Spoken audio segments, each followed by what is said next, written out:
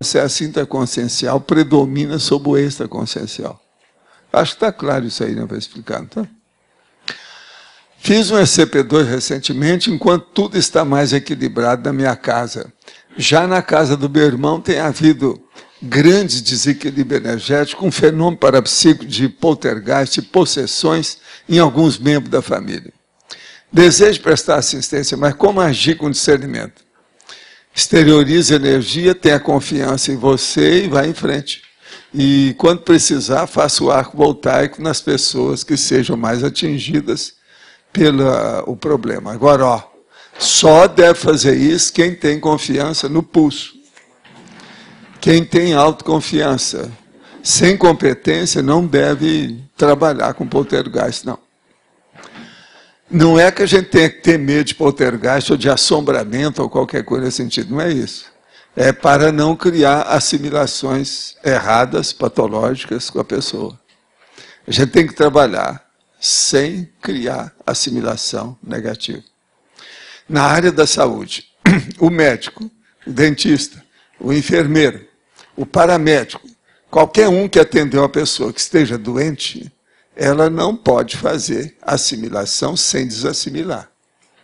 A mesma coisa é o processo poltergeist. Aí é a mesma área da saúde, só que tem que mexer com o CX mais direto, só isso. E outra coisa, às vezes é um ponto que tem muita ilusão, fantasia, imaginação e excessos. Excesso de quê? De abordagem, de interpretação, etc.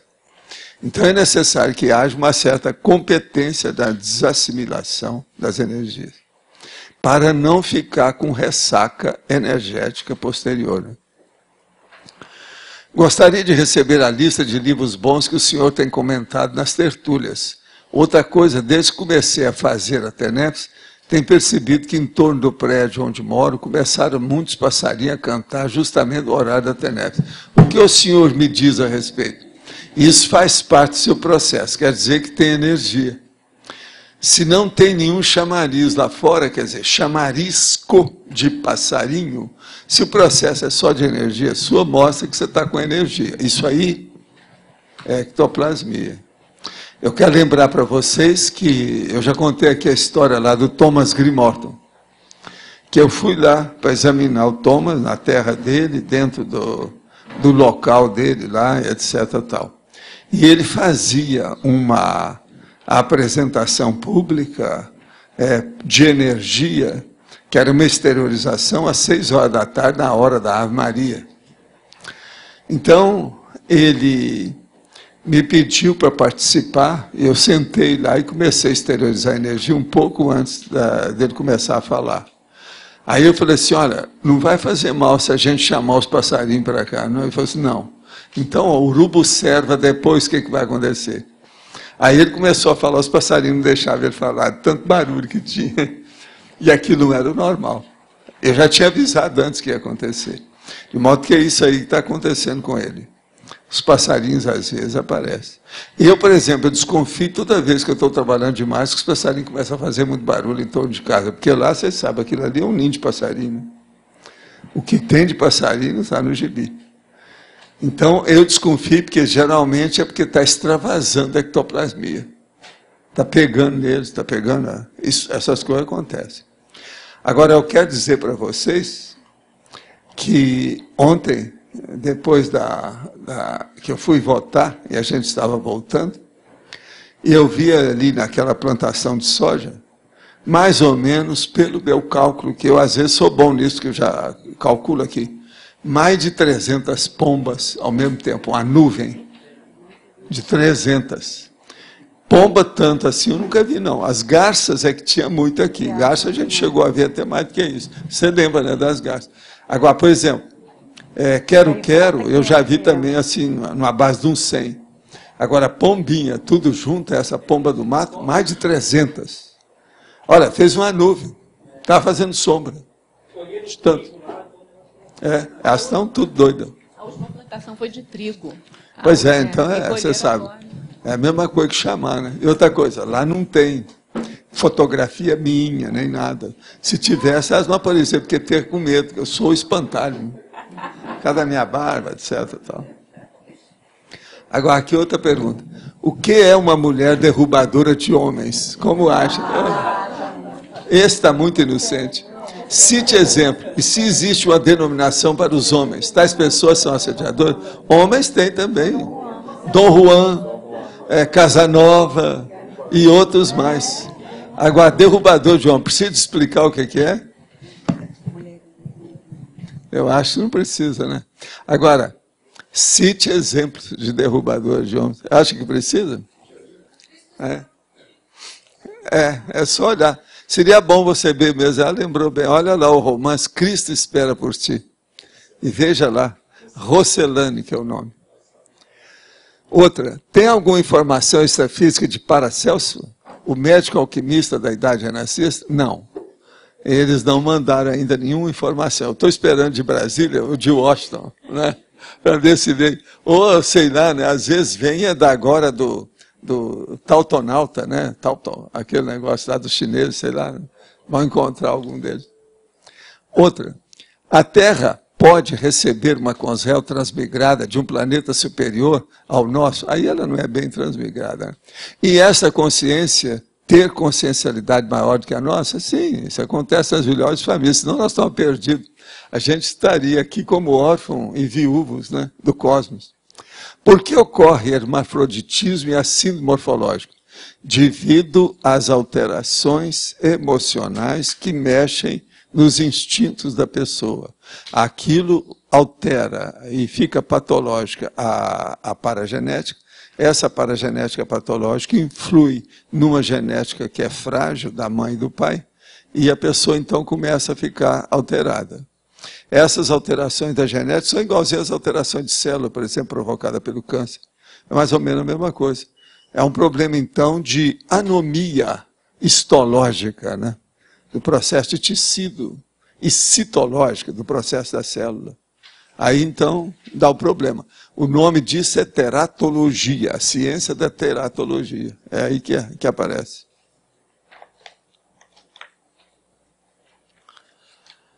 Endefinologia, segunda linha, elementos existenciais básicos racionais. Poderia citar alguns desses elementos existenciais básicos? Olha só. A síntese da conscienciologia é o conjunto de condições, estudos, princípios, enunciados, técnicas, informações e elementos existenciais básicos racionais, capaz de compor o resumo da estrutura teática do corpo da conscienciologia. Seria bom você ler o que eu estou chamando aí de cosmovisiologia. Todos os elementos que eu estou falando básicos tem aí, ó, tem uma porção deles. Está tudo aí dentro. Por exemplo, democracia é uma boa, né? A gente ter liberdade de falar do jeito que eu falo aqui. Ó. Nós temos uma democracia relativa. O Brasil está nessa, querendo ou não. Holomaturidade, hiperacuidade, intelectualidade, interassistência, megafraternidade, mental somatologia. Tudo isso são condições básicas dessa vida que você está perguntando. Eu acho que aí fica mais ou menos claro, né? Mas veja lá. Esses 54 elementos, para você ter uma ideia maior. Agora, gente, eu estou aqui com a 9ª imersão na cosmoética. Temáticas, convivência, cosmoética. A temática. 23 a 26 de outubro agora, desse mês. Vai ser quando nós tivermos com 1000 verbetes, que vai aparecer esse aqui. Então, é a 7ª imersão laboratorial. Agora, é um monte de gente que vai falar aqui. Convivência cosmoética, primeiro ano da TENEPS, intercooperação, paradireitologia, rede de conectividade à construção cooperativa do conhecimento, consciência parapolítica, dinâmica, pesquisa conscienciológica e convivência cósmica, mesa redonda, convivência no campus da invexologia, dinâmica de grupo, ortoconvivialidade, dinâmica parapsíquica, tem um cine-debate e tem o debate público. Eu acho que seria bom vocês tomarem condição disso. Ó. Tem aqui uma galáxia enorme, que é o processo da cosmoética. Isso é a galáxia da cosmoeticologia, é isso. Agora, quero dizer aqui que eu estou com a Gazeta do Povo, resultado em Foz, Paulo McDonnell, PDT, 48,01%, 67.502 votos. Fim de papo, matéria de eleição. Nós não precisamos pensar mais nisso, nem nada. Tem mais 4 anos pela frente, é isso? Agora, eu queria dizer para vocês o seguinte. Um dia desse, eu estava falando com uma pessoa, porque é um assunto que eu sou mais ou menos cobaia de muitos anos. Então, a pessoa está muito sem paciência. Eu então virei para ela e falei assim, vem cá, você já olhou sua hipertensão? É possível que você está hipertenso, por isso você está sem paciência. Então, eu falei, na medicina existe remédio contra a paciência. Um deles é o antihipertensivo. Quando a pessoa toma contra a hipertensão, ela fica bem mais paciente, aumenta a paciência do usuário, entende?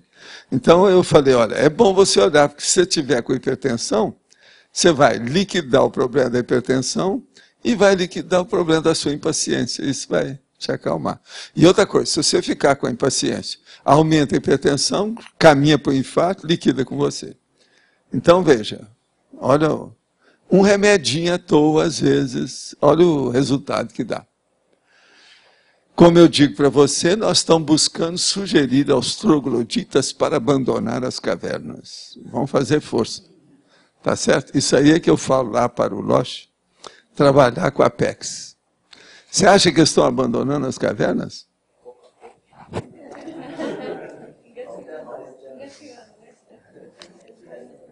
Eu confio em vocês. Se vocês verem uma porção de troglodita andando por aí, deve ser porque estão abandonando as cavernas. Eles vão começar a aparecer na superfície, né, da Terra. Roberto, pode falar. Professor, nessa síntese da conscienciologia, tem uma relação, eu não vi citado aqui no texto, né, mas com aquela ideia do currículo do conscienciólogo, principalmente naquela questão da cosmovisiologia, aqueles itens ali serem itens do currículo do conscienciólogo? Aquela ideia que o senhor tinha lançado há algum tempo? Até um certo ponto, né? Isso aí tem relação. Agora, o que eu quero aqui chamar bem a atenção aqui são esses princípios que a conscienciologia mexe. Aqui tem uma série deles que é só nós que falamos disso. No sentido que a teática desses princípios acaba sendo o currículo. Sendo o currículo. E sendo o acervo, sendo a bagagem, né? Evolutiva da pessoa. Não há dúvida que é. Agora, ó, hoje eu comecei a fazer lá um verbete que é brabo e mexe muito com o meu processo, como cobaia. Muita gente vai achar que é até um cabotinismo que eu estou escrevendo, mas eu preciso de assumir isso. Que eu estou escrevendo sobre o tipo humano, que é o meu negócio de tipo humano. Esse negócio meu, por exemplo, há quantos anos que eu uso branco, deixa a barba crescer e mostra a minha careca. Agora eu sou obrigado a tampar a careca por causa do câncer e o sol. Mas isso aí é um tipo que eu mesmo criei para especificar. E eu estudei isso até em Hollywood, para fazer de propósito. Agora veja, eu estou estudando e mostrando, né, os prós e contras e a situação toda que tem nisso. Dentro de vamos dizer, uma abordagem neutra. Porque o processo é neutro, a gente nunca sabe o que a pessoa vai fazer com isso. Mas o interesse nosso é cosmoético, é lógico. Agora, você sabe, a primeira coisa que tem, para deixar uma barba assim, ó, veneranda, mesmo cortadinha do jeito que está aqui hoje, é preciso de ter testosterona, para aguentar uma barba dessa, no meio de um monte de gente que não tem. E eu já tenho isso há algumas décadas. Então, veja, isso faz parte da potencialização da força presencial da pessoa. Então eu precisava de expor isso aí para mostrar como é que é. Uma coisa que a gente nota é o seguinte, a criação de tipos, geralmente, ela pega homens e mulheres. Mas uma criação de tipo bem feita, quase sempre é mais de mulher. Mais de homem e não de mulher. Devido às condições mesmo da própria vida, etc. Tal, e manter o problema dessa condição. Agora, aqui tem outra pergunta. Dentro da projeciologia e da conscienciologia, quais outras logias devemos pesquisar para esclarecer e aplicar a heurística da autopatopensenidade, da configuração atual da personalidade da consciência? Olha, escreveu um monte de coisa, colocou um monte de interrogação aqui.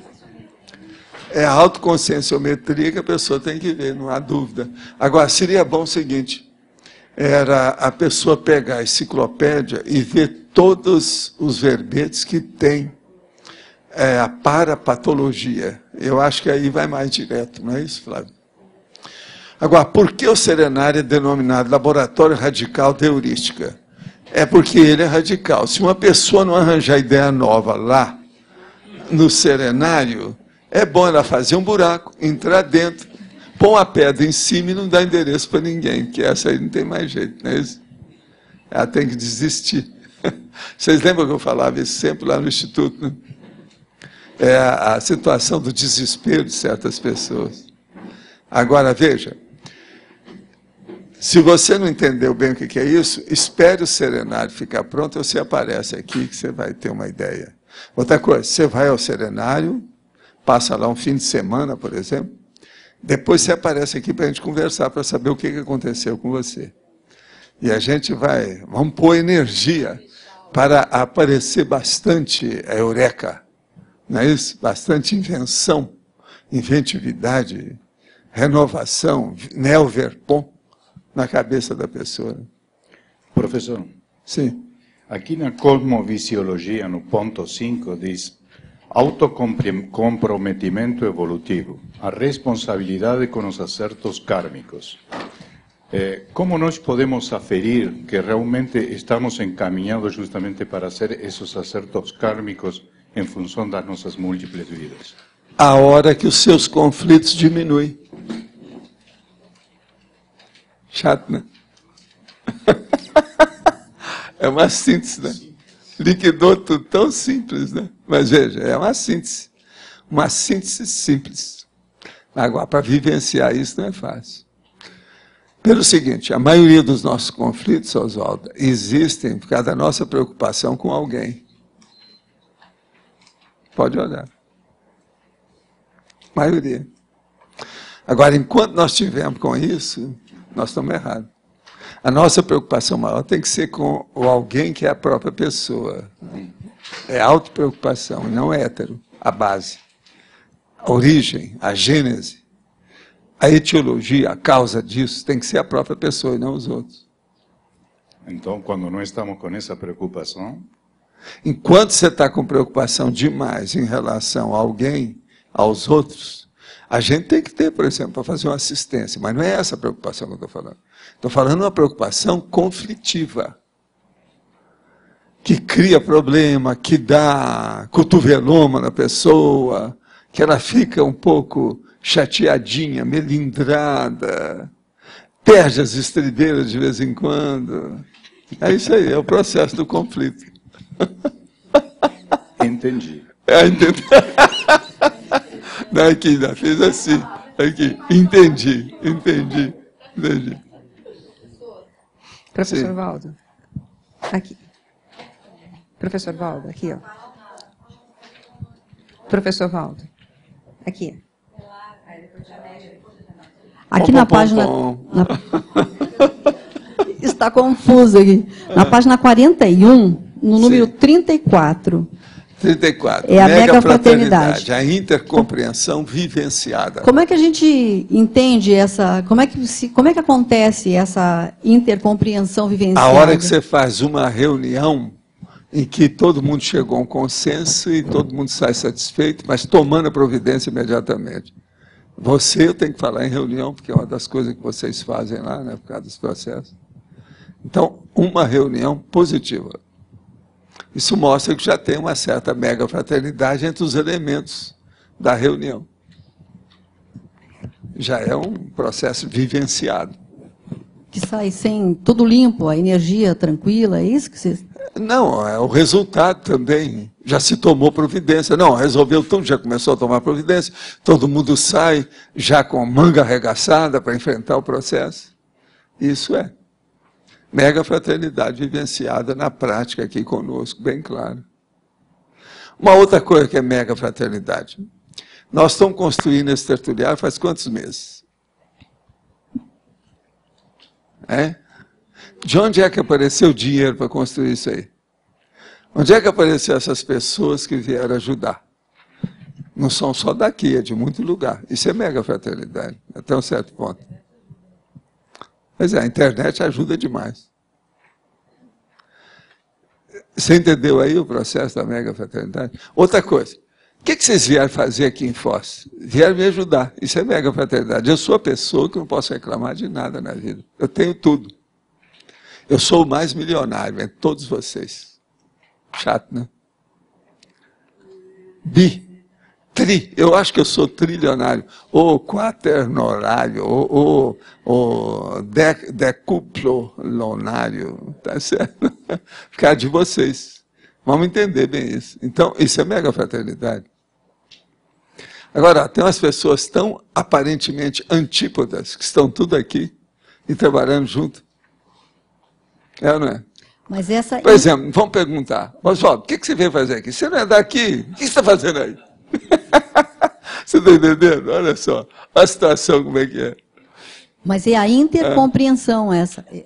Essa é a intercompreensão, mas veja, é a base da mega fraternidade. E outra coisa, vocês vêm aqui para quê? Para receber verdadeiros tiroteios verbais a partir de mim. Veja, eu vivo esfregando algumas coisas na cara, no nariz de cada um aqui. É ou não é, Oswaldo? Então, veja, isso é mega fraternidade. Quer dizer, há uma compreensão muito grande, isso aqui é a coisa mais séria, uma compreensão muito grande a partir do mental soma para ir para o psicossoma. Se fosse só psicossoma, ninguém me aguentaria. O processo é a lógica do mental soma de vocês. A minha é apenas reflexo. Porque, olha aqui, qualquer pergunta que me fazem, a resposta que eu dou é um reflexo da pergunta. Por exemplo, você vai ter uma pessoa, ela zerou a cabeça, tábula rasa. Ela não está com ideia nenhuma. Você chega e faz uma pergunta, você já semeou uma ideia na cabeça dela para ela responder. Você está entendendo, não? Às vezes, o que interessa mais é a pergunta, não é a resposta. Nesse meu caso aqui, eu sou obrigado a reconhecer e me colocar no meu lugar. As perguntas são superiores às respostas. Entendeu? Eu entendi. E é interessante porque... Isso é mega fraternidade. Entendi. Entendeu? Total. Agora, veja. O paracorpo do autodiscernimento predominando e superintendendo esse mini paracorpo da emoção, do instinto, do vegetalismo da pessoa. Então, veja, é um negócio superior ao corono chakra, que é do paracérebro, que está dominando o subcérebro abdominal. Ou a pré-kundalini, se você quiser. Isso é mega fraternidade. E é interessante que o psicossoma, a pergunta feita... Não, o que eu quero dizer é o seguinte, o psicossoma, ele diminui esse entendimento, porque quando eu fiz essa pergunta, eu achava que eu não ia entender essa resposta, ou que eu não ia vir de uma forma diferenciada, e simplesmente mas ele é vivenciada. Você viu aí pelo, vamos dizer, o aspecto míope da emoção. A gente tem que ver para um aspecto abrangente da racionalidade. Senão não vai, não.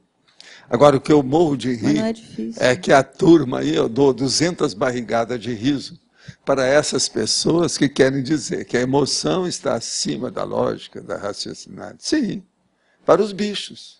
Mas eles não reconhecem, eles não se reconhecem como bichos, eles acham que eles são geniais quando falam isso. Agora veja, tudo... Uma pessoa, por exemplo, um materialista, você quer cara mais animal do que o materialista? Eu estou falando animal. Não estou xingando ninguém, não. Estou falando a realidade. É um animal. Ele é material. Quem é que é mais materializado que tem na Terra? Vírus, germes, vegetal e animal subhumano. Você já pensou, por exemplo, uma minhoca, como é que ela gosta da matéria? Nós já trocamos a matéria direto, que é a terra, pelo ar, onde tem oxigênio. Já é alguma coisa. Nós ainda estamos ainda dominados pela matéria, porque todo mundo aqui é igual a minhoca. A gente é alimentado igual a minhoca, pelo oxigênio. Mas ele já melhorou. O oxigênio é transparente. Já permite ver. Já pensou a minhoca? Como é que fica? Agora, existem pessoas que ainda são consciências minhocas, né? Vocês já viram, né? Não sai da terra.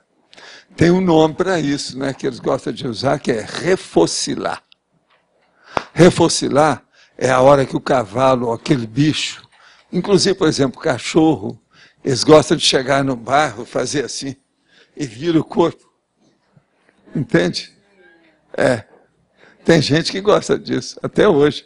Existia, né, não sei se tem mais, aqueles programas, por exemplo, de barro na televisão, de água, de piscina, que não sei o quê. Então é refossilar. A situação é essa. A Serena de vez em quando aparece que fica aqueles nódulos com uns grumos de terra, tudo vermelho em torno dela. Ela muda a cor e fica cheia de borla de terra na ponta dos cabelos, dos pelos. Não, o passarinho ele gosta na areia. Ele toma banho na areia. Tem isso. Agora, veja, isso é a condição que nós estamos. Mas a gente já está podendo já estudar, já discutimos isso. Outra coisa, eu falo nesse assunto, ó, ninguém reclama, que a gente já está entendendo o que se passa, já é uma grande coisa. Entende? Já reconhecem. Mas olha, você quer falar? Como que se dá, professor Valdo, a questão do amparo de função? Vamos dizer assim, o mecanismo desse amparo de função. A gente sabe que está relacionado a uma função que é aquela A função não é da pessoa, é do objetivo. Esse objetivo diz respeito a uma instituição, a um holopensene, a um ambiente, a um desiderato, quer dizer, a uma meta, a um escopo. Então, se você pensar em escopo e o desiderato, você vai entender isso mais. Qual é o objetivo? É aí que vem o processo. Agora, não é a pessoa é mais um elemento. Uma mini peça. É mais um instrumento. Ela é aquilo que a gente chama o passe-partout.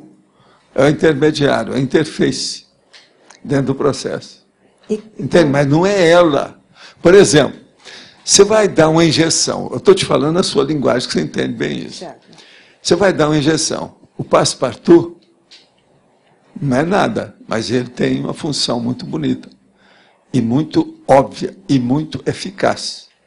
Por quê? Ele emenda a seringa com a agulha, para que possa sair o remédio. Isso é que é o passe-partout. Agora, é o intermediário. Então, por exemplo, o médio que eles querem falar é justamente esse intermediário, é o passe-partout. Entre uma dimensão e outra.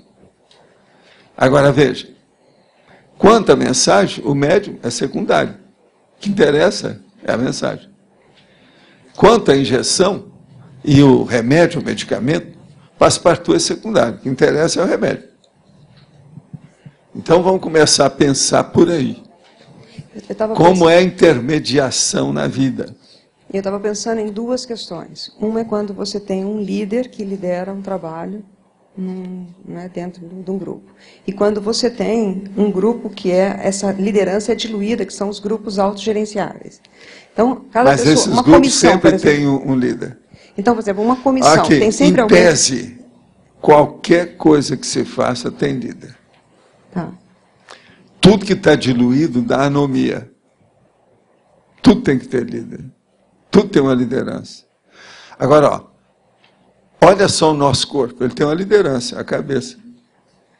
Tem jeito. Agora, veja, durante milênios, eles achavam que era o coração que dirigia a pessoa. Por causa do processo de emoção, qualquer coisa disparava o coração, etc., chama atenção. O cérebro não dispara nada, a pessoa está tudo aí. Quando dispara, é um processo de epilepsia, a síndrome convulsivante. Aí é diferente. Mas então, por exemplo, vamos pensar, num grupo que você tem, por exemplo, a gente trabalha muito com comissões aqui, tem comissões, que é um grupo de pessoas que pensam num assunto. Essa, vamos dizer assim, essa liderança é diluída, ela não é formal, mas tem alguém que é o representante maior, é isso? Não, existe uma coisa pior que eu vou te perguntar. Quem é que começou? Quem é que foi o fator desencadeante? Quem é que foi a bola de neve? É quem está mais conectado. Quem é que deu o tiro de meta? Tá certo. Quem é que detonou o assunto? Aí é que vem. Tá certo. O que é que eu falo? A coisa mais importante na vida humana, em matéria de criatividade, é a ideia original.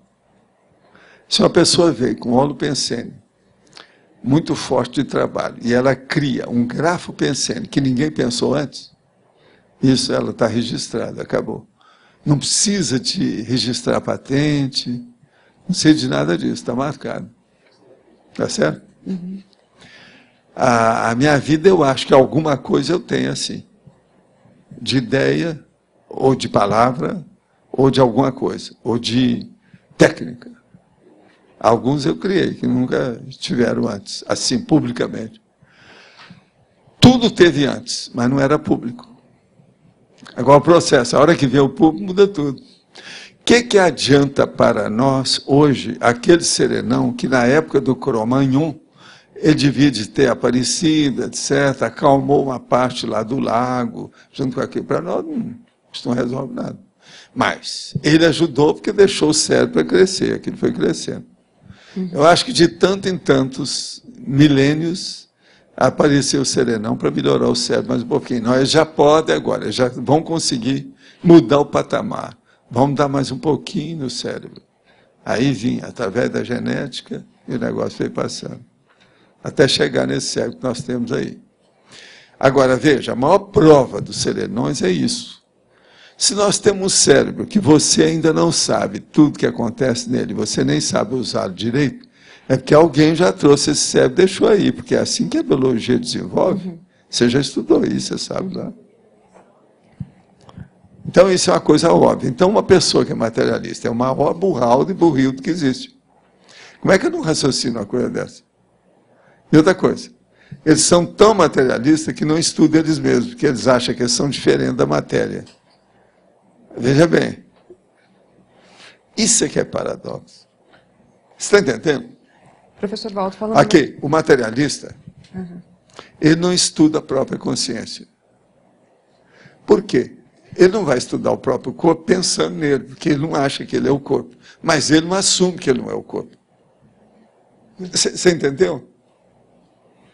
Então, os maiores burraldos que tem, aqueles que ganham, vamos dizer, o Guinness, em matéria de emburrecimento, para mim, é um materialista propriamente dito. Aquele que é sincero, um materialista sincero. Não é aquele de venda, de esquina ou qualquer coisa, não. Estou falando sincero. Tá Aproveitando certo? isso que o senhor colocou, eu vi ontem na TV, antes de ontem, uma reportagem falando sobre aquela síndrome do atavismo. Sim. Então, eles mostraram pessoas que têm ainda vestígio de cauda, né, e pelo no rosto. Como é que isso é possível dentro dessa realidade da paragenética? São consciências muito fossilizadas.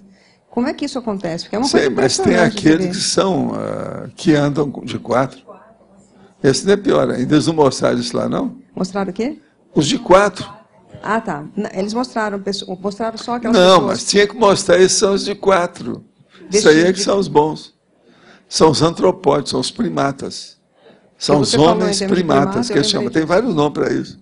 Eu já falei nisso aqui, eu já escrevi sobre isso. Esses são superiores a tudo isso. Pensa bem. Agora veja, tudo são condições de alterações sutis ou de ponta em matéria da teratologia. Isso é processo genético. Agora veja, muitas dessas personalidades que estão ali, elas não correspondem àquilo que está lá. Você está entendendo? É igualzinho uma pessoa, por exemplo, que às vezes ela é o caso do serenão, que tinha macrosoma. Ele era uma aparência de idiota, mas era um serenão por dentro, quer dizer. Então a gente não pode ir no bico disso, não. Às vezes é aquela realidade não a retrata. paragenética que não conseguiu se expressar dentro de uma genética torturada, né? Perturbada, alterada. Entende? Agora, aqui outra pergunta. Gostaria de fazer 3 perguntas. Qual a diferença entre nosografia e nosologia? Nosografia é o estudo das doenças por escrito. Como é que você vai escrever e registrar as doenças? Isso é a nosografia. Nosologia é o estudo das doenças de modo geral. A grande ciência sobre os processos da enfermidade, dos desequilíbrios, dos distúrbios, das síndromes. Qual é melhor utilizar o qualificativo nosográfico e quando usar o qualificativo nosológico? Quando você está falando de escrever ou referindo-se a uma comunicação, seria mais o nosográfico. Quando você está vendo uma cosmovisão do processo parapatológico, por exemplo, seria o nosológico. No Reurbanizado, o senhor define a política com baixo índice de democracia como política regressiva. Qual a diferença desta para a política nosográfica? É sinonímia? Não, a gente pode usar como sinonímia, porque a hora que aparece a nosografia é um processo regressivo, porque toda vez que uma consciência estaciona, ela já regrediu, ou ela está regredindo. Então é um processo de doença mesmo, de desequilíbrio. É um distúrbio, é um transtorno. Visto que a consciência, no princípio, não possui experiência e atributos, e a matéria em si não possui consciência, qual o fator da evolução? A consciência ou a matéria? Isso aí não precisa perguntar, né? É a consciência. A matéria não dá, né? O processo, você não é matéria, você é uma consciência. E eu já te conheço, você já evoluiu desde que eu te conheci, até hoje. Eu sei quem é que está falando. Professor Waldo, assim... Hein? Tem, a matéria tem, mas os atributos materiais. E a consciência tem. Agora, ela é simples e ignorante, eu acho que é isso que ele quer falar. Com relação... Eu fiz o ECP2 agora, esse que teve, né? Pois não. E, assim, o que eu percebi é que todo aquele processo da revista, ele está sendo limpo. Ele não está totalmente... Qual revista? A revista Ressex. Sei. Então, eu não sei, assim, por exemplo, o assédio todo continua, eu vejo isso em termos de grupo. Ele pega as pessoas pelo emocional. Então, assim, o mecanismo, criar uma ideia fixa e pegar as outras pessoas pelo emocional. Eu vejo que eu não sei como que trabalha isso, né? Assim, por exemplo, a Pilar. A Pilar, por exemplo, meu exemplo aqui. Então, ele pode pegar a Pilar e a Pilar fica com aquela ideia fixa, aquela ideia fixa, aquela ideia fixa, e aí ela vai contaminando as outras pessoas pelo processo emocional. Sim, e daí? O que tem? Não, mas assim, como que a gente age nesse contexto? Porque, por o exemplo, eu todo percebo... é a tarde, é você esclarecer, informar, é o jeito. Agora, mostrar a informação através de fatos, através de testemunhos, através de exemplos. Mostra por aí que a coisa melhora. Vocês estão aqui, devido ao princípio da descrença através de exemplos que a gente deu. Senão vocês não estariam aqui, não. A maioria chegou por causa do princípio da descrença. Por causa do nível de debate que nós estabelecemos aqui, que é muito acima da média. Os nossos debates ganham longe dos processos do Sócrates, por exemplo. Sócrates era muito bonitinho, muito acertadinho para a época, era o máximo. Principalmente em matéria de diplomacia, de educação, de cerimônia, do modo de expor.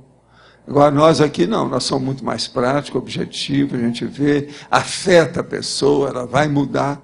E outra coisa, nós não trabalhamos aqui com 4 ou 5, ou hípias, ou isso, ou aquilo, só alguns, um punhadinho de gente. Nós estamos trabalhando com milhares.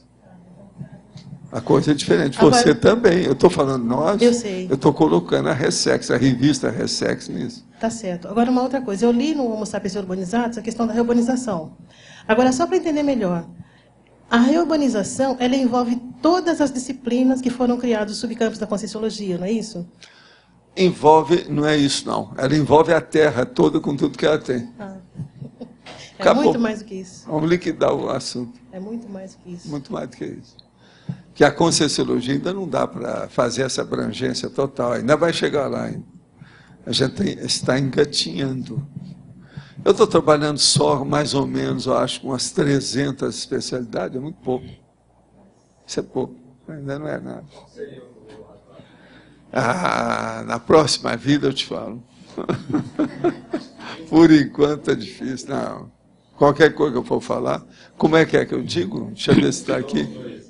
Não me sinto plenamente autorizado, considero-me extremamente desautorizado para opinar sobre esse assunto.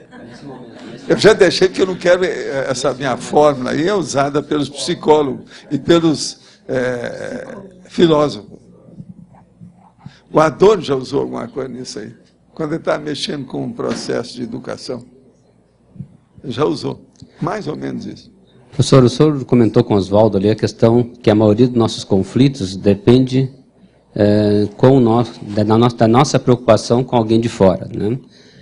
Esta maioria é quase 100%, se pensar muitas vezes nesses conflitos básicos, conflitivos, até mesmo o fato de você pensionizar mal de alguém, né? Exatamente a conscienciologia, a essência da conscienciologia não seria essa maturidade emocional, esse entendimento das relações e da compreensão com essa pessoa mas de fora? Antes disso tem que falar com Adélio. Não. Para conter. Para conter o lado emocional. Né? Para a própria pessoa reprimir o processo. Você sabe, a Adélio conter. Tem que conter. Já veio o negócio, já está na cabeça dele, ele tem que segurar a barra, não tem saída. Senão... Que é o estigma do...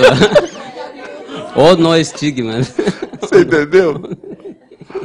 Tem que conter o processo da exaltação emocional que leva para suscetibilidade, melindre, cotoveloma, ressentimento, mágoa, uma preocupação, como nós estávamos falando, excessiva a respeito da outra pessoa, competitividade, tudo isso.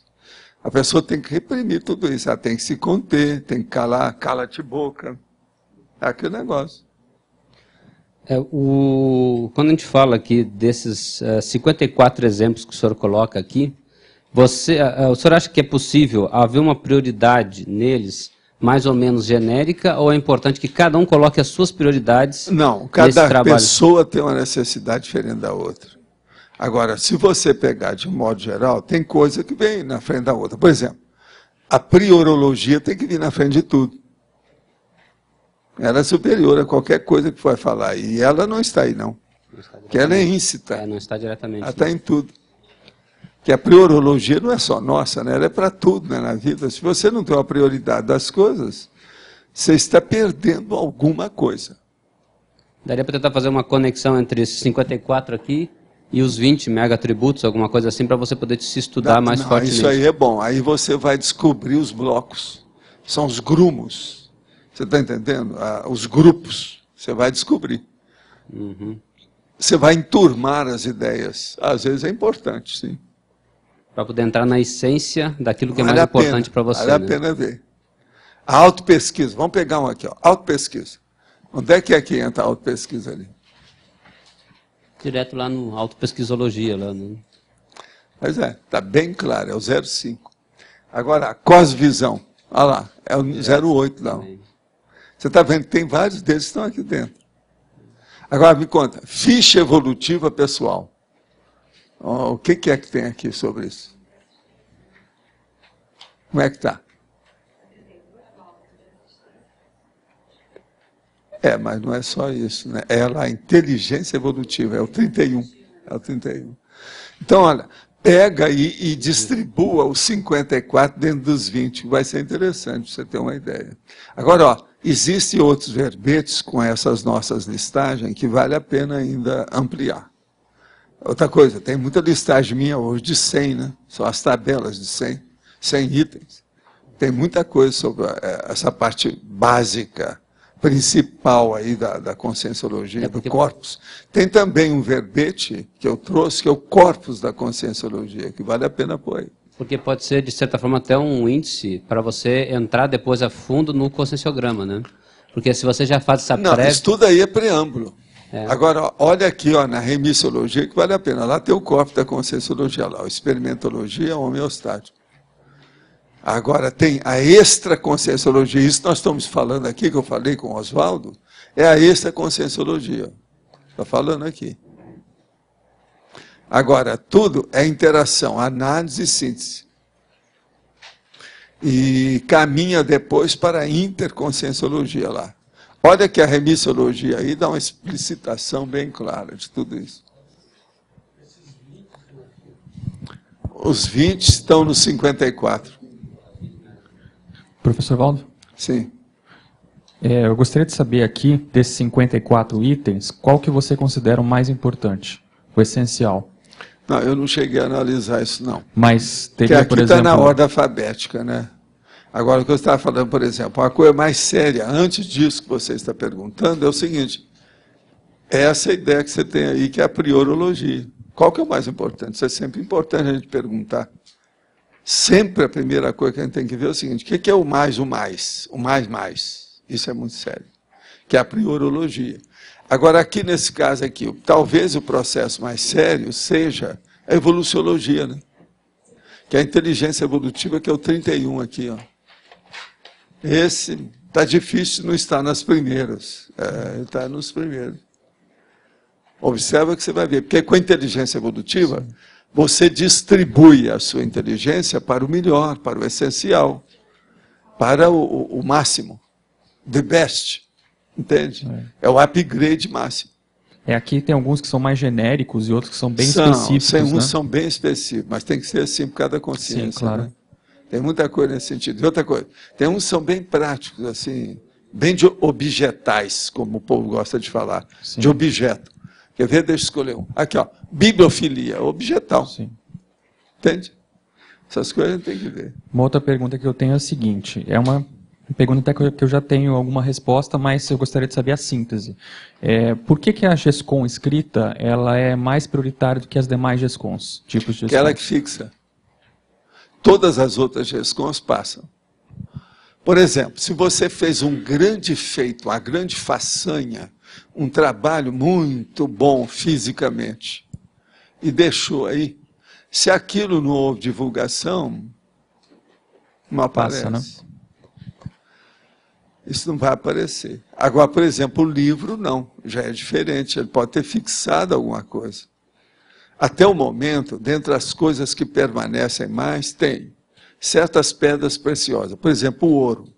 O ouro, o povo tem essa loucura atrás do ouro, porque o ouro vence os tsunamis, os incêndios, os vulcões, os terremotos. O ouro permanece, o ouro. Então, todo mundo dá muito valor para isso. Agora, certas outras coisas, por exemplo, tipo diamante. O diamante, não tem nada aí que destrói o diamante diretamente. Então, ele está sempre vivo, brilhando. Então, o povo dá valor para isso. Então, tem certas coisas que permanecem. Por exemplo, platina é um negócio que vale mais do que ouro. Em certas condições, pode valer até mais do que outras pedras preciosas por aí afora. Mas é muito mais raro. Agora, então, você veja bem. Nas questões, por exemplo, de economia, na hora que você vai fazer uma diversificação do seu investimento, você vai fazer uma carteira, uma das coisas que se fala hoje é usar as commodities. No meio está o ouro. Por quê? O ouro, ele não entra em moda nenhuma, ele é sempre, ele permanece. Sim. É aquilo que no latim a gente chama, é o sempiterno. Ele permanece, é praticamente imortal. Então, a questão do escrita é o livro. A cápsula do tempo é o livro. A verdadeira cápsula do tempo é o livro. Agora, ó, eu te falo isso com noção da coisa, sentindo a situação toda. Porque eu já vi livro meu do passado. E outra coisa, nessa vida mesmo eu tenho um livro lá de capa dura, que é um caderno com anotações, de 1949. Isso tem me ajudado. 49. O ano que vem, você veja bem, vão inteirar 60 anos. Não é brincadeira, né? A coisa está aí. Agora, veja, se para mim aquele livrinho que eu não publiquei já me deu tanta observação, indicação, afirmação, esclarecimento, pensa bem. Se para mim isso é importante, deve servir para outros. Então, por aí você vai começar a entender o que é a grafia da história. Uma pergunta. Não fui claro nem objetivo na minha pergunta, visto que a consciência, no princípio, não possui atributo, qual o fato que desencadeia a evolução. Minha primeira análise levei em consideração que o atributo da matéria poderia gerar a reação da consciência primitiva. O que aperta o gatilho? Me ajude. O que aperta o gatilho é a lucidez, é a percussiência, é a hiperacuidade, é a pessoa ter uma noção. Aquilo que em inglês chama awareness, quer dizer, ter o despertamento, ela ter elucidação própria. Ela despertou, acordou, ela viu a realidade do cosmos. É o que nós estamos tentando fazer aqui. O que é que nós somos aqui? Somos despertadores interpessoais, ou interconscienciais. Uns despertam os outros. Professor, na 38, o quesito 38, passivismo, eu queria que o senhor falasse um pouco sobre... A eliminação de toda belicosidade. O que você quer? Da belicosidade. Eu queria que falasse sobre a sutileza da consciência belicosa. Sutileza? Ela não tem, não existe isso. Não existe? Não. Uma pessoa que está com o dedo no gatilho, ela não tem sutileza nenhuma. Mas, por exemplo, o Bush, você acha que o Bush é sutil? Sutileza exige mais inteligência. Quem mexe só para matar os outros não tem inteligência nenhuma, é um animal. Animal subhumano, em forma humana.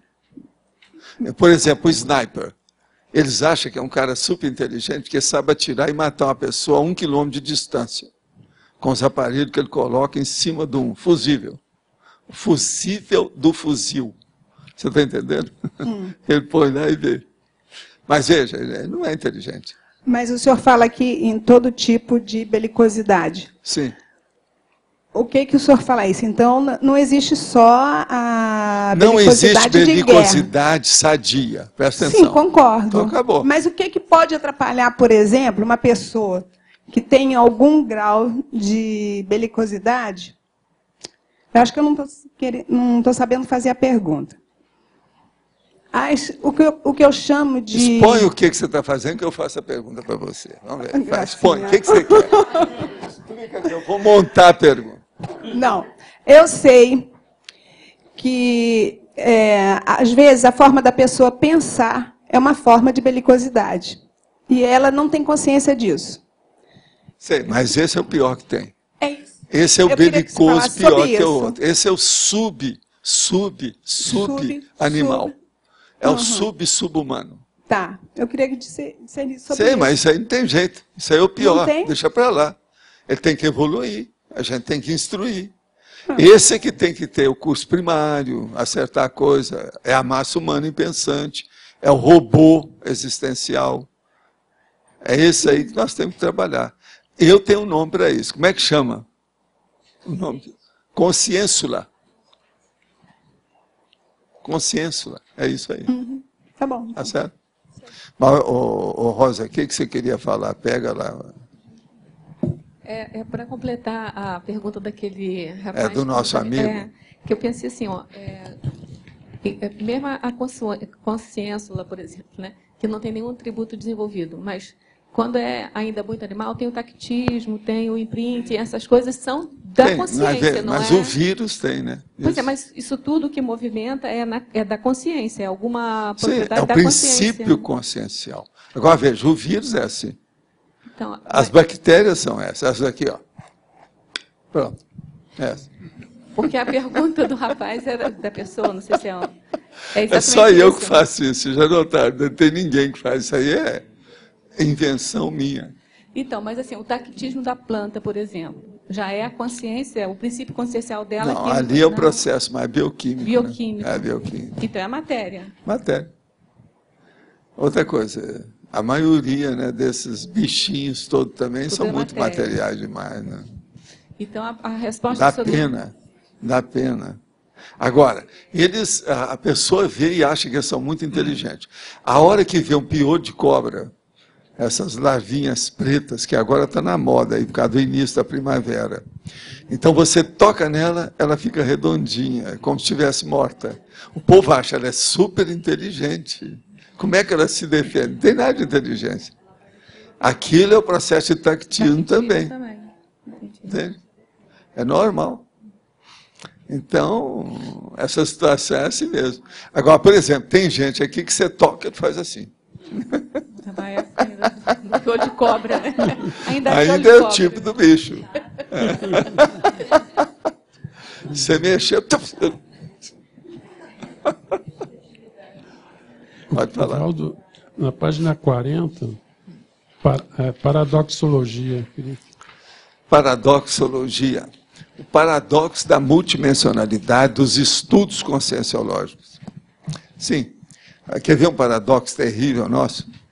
Nós não somos materialistas, mas também nós não somos espiritualistas igual o povo da religião. Já piorou tudo, já criou um problemão. Nós somos a terceira condição, não somos nem materialista, nem espiritualista do jeito que esse povo fala. Nós somos diferentes. Nós olhamos o processo da evolução. Como é que fica? Então, mas a multidimensionalidade é parte integrante da Conscienciologia. Sim. Agora, vê, nós somos uma ciência que estudamos a matéria, mas que estudamos a multidimensionalidade disso que nós chamamos de consciência. Olha o paradoxo. Nós somos da ciência, mas somos também da religião, até um certo ponto. Mas não somos nem da ciência e nem somos da religião. Sai dessa.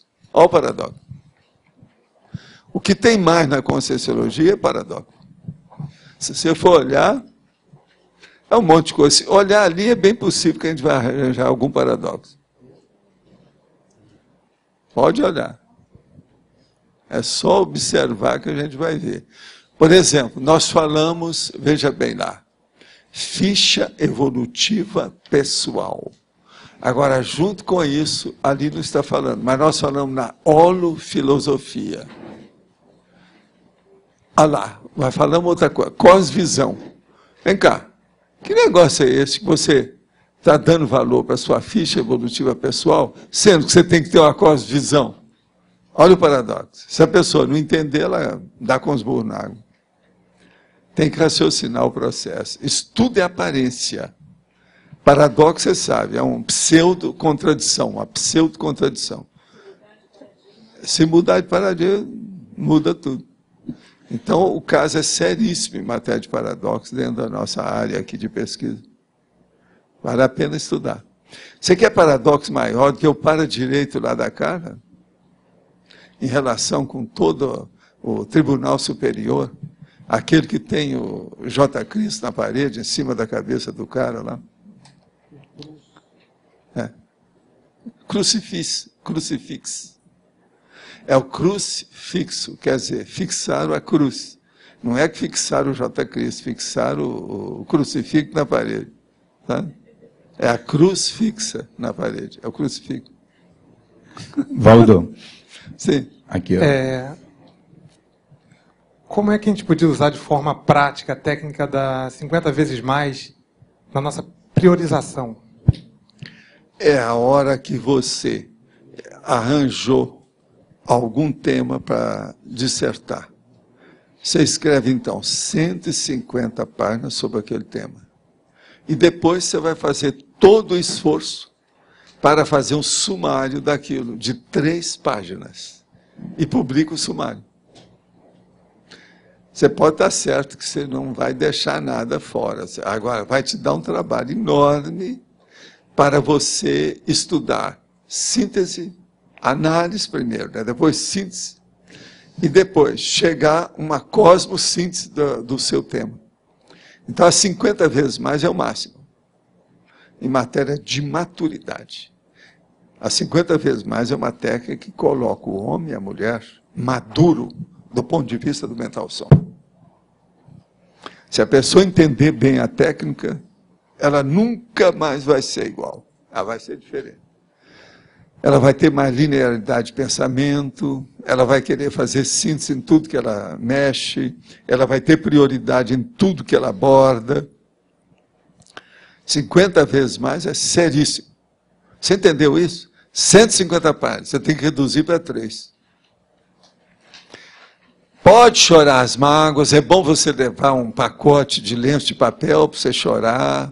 Ah, tem que tirar isso? Tem. Tem que tirar isso? Tem. Abrir mão, abrir mão. Agora, outra coisa, o resumo que você tem que fazer para sintetizar isso não é fácil. Agora, 150 por 3. Então, cada 50 páginas, você tem que pegar uma página só. Isso, gente, uma pessoa que fizer isso, ela fica doutora em fazer sumário de qualquer artigo. Mas não é só isso, é de qualquer coisa. Né? Ela fica sintética. É o sintetizador. E não é aquele sintetizador lá do Leandro, não. Não, é outra coisa. Esse de som, né, do DJ. Não é isso, não. Ele é o nosso DJ. Mas, o caso não é esse. O problema é o sintetizador de fazer a síntese. Fazer a compactação. Eu também não estou falando no miniaturizador, não. O processo é... Isso é retilinearidade da pensenologia, ou da holopensenização. Entende? O caminho reto, direto. Isopensene. Tudo certinho. Quem é que está aí? Aí, quando o Alexandre fez a pergunta, você falou da importância da grafia, certo? Logicamente, isso é a autoria.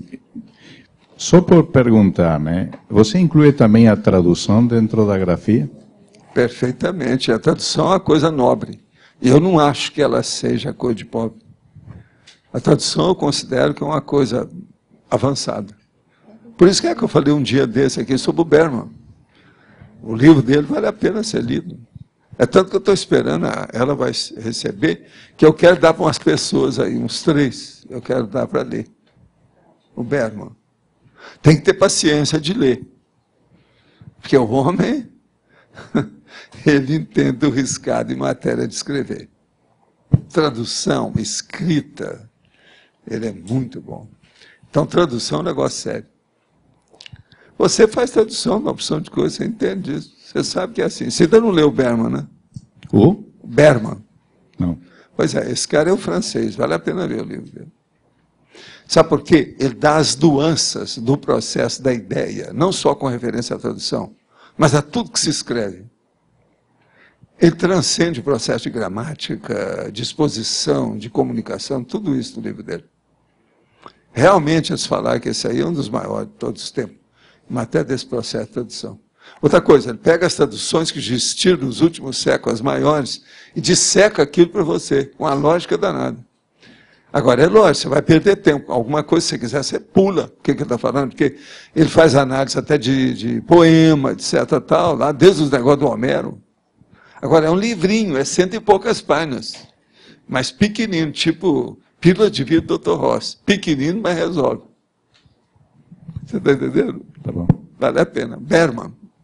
Professor, só para complementar ali na interaciologia, o senhor comenta a interação profissão-pessoal com cienciologia. Né? A gente discutiu várias vezes a questão de se existe ou não uma profissão anti-proex. Né? O advogado criminalista, por exemplo, seria uma profissão... Não, a profissão anti-proex existe. O sniper.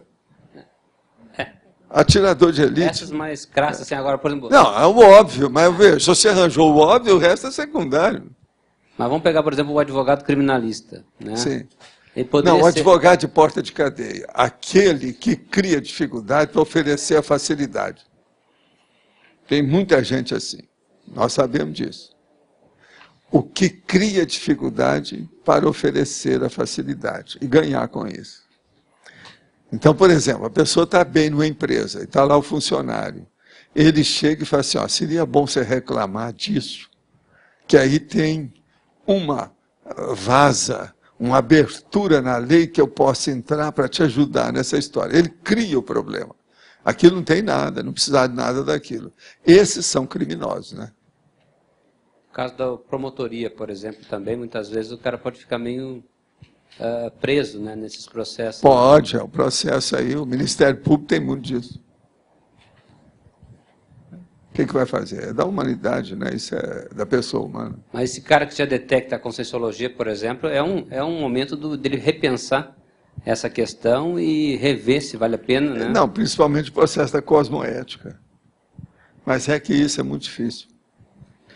Quase sempre a pessoa só vai se interessar por algum assunto desse se ela tem algum conflito, algum problema, uma doença, um acidente, uma alteração que mexa e que faça ela sair da inércia.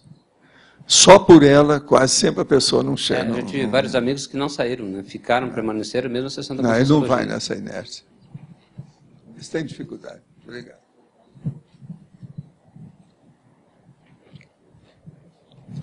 Como o verbete trata de síntese, o senhor poderia falar sobre o holopensene da conscienciologia em relação às culturas milenares? Dada a pouca idade da conscienciologia, ela já consolidou o seu holopensene? Não, é lógico que não.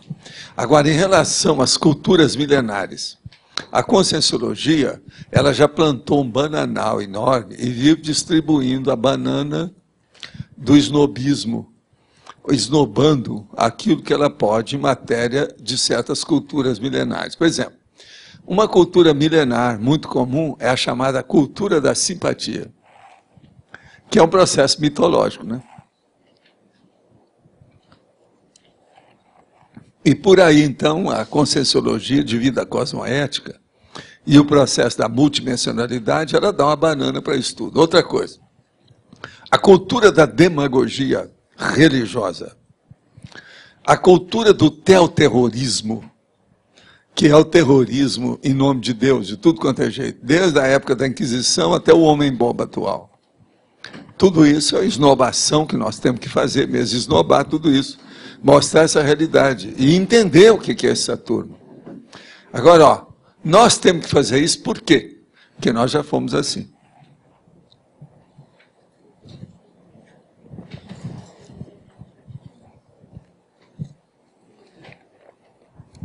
Nós estamos aqui porque nós estamos cheios de cicatrizes. Tudo isso deixou cicatriz na gente, a gente lembra. Então hoje nós estamos querendo combater aquilo que a gente errou. O problema nosso é o seguinte, a nossa tarefa de esclarecimento, é dizer, olha, não cai nesse matabu, porque eu já caí aí várias vezes. Não vale a pena. Vai te criar problema. É isso. Nosso processo de TARES é esse. Todos nós já passamos por isso.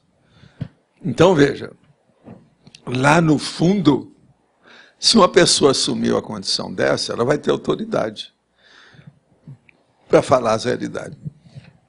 Ela já passou por isso. Nada melhor do que uma pessoa que já vivenciou o fato para falar sobre o fato. Gostaria de saber por que do uso permanente e ar-condicionado dos cursos de conscienciologia. Aqui não, isso aí é o Gilberto Gil que sabe. Vivemos num país tropical, abençoado por Deus, um calor danado.